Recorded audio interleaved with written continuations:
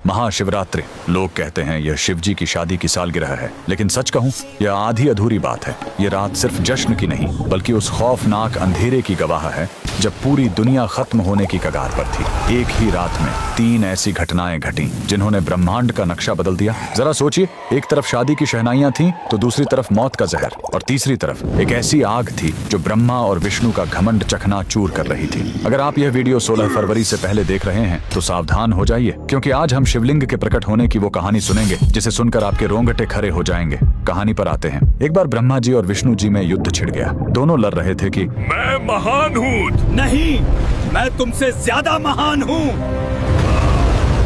उनका यह घमंड जब दुनिया का संतुलन बिगाड़ने लगा, तब अचानक उनके बीच एक विशाल अनंत अग्नि स्तंभ प्रकट हुआ। वह आग का एक ऐसा खंभा था जिसका न कोई शुरुआत था न अंत। उस स्तंभ से एक भारी आवाज आई, जो मेरे आखिरी सिरे को खोज लेगा वही महान होगा।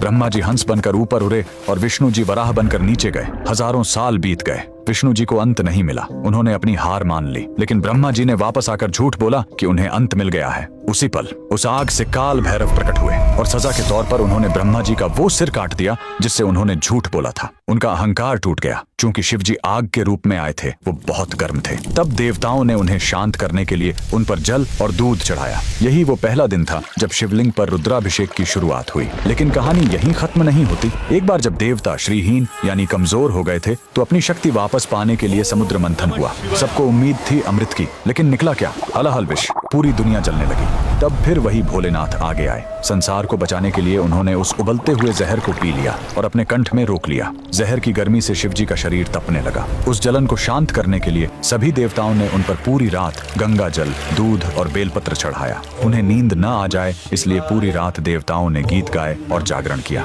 यही वजह है कि महाशिवरात्रि पर हम पूरी रात जागते हैं। लेकिन रुको, यह रात इतनी डरावनी भी नहीं है। इसी रात प्रेम की जीत भी हुई थी। जब माता सती ने अपने प्राण त्यागे थे तो शिव जी पूरी तरह टूट गए थे। वो वैरागी बन गए, दुनिया छोड़कर समाधि में चले गए। तब माता सती ने पार्वती के रूप में जन्म लिया। उन्होंने हजारों साल तक कठोर तपस्या की, सिर्फ अपने शिव को वापस पाने के लिए।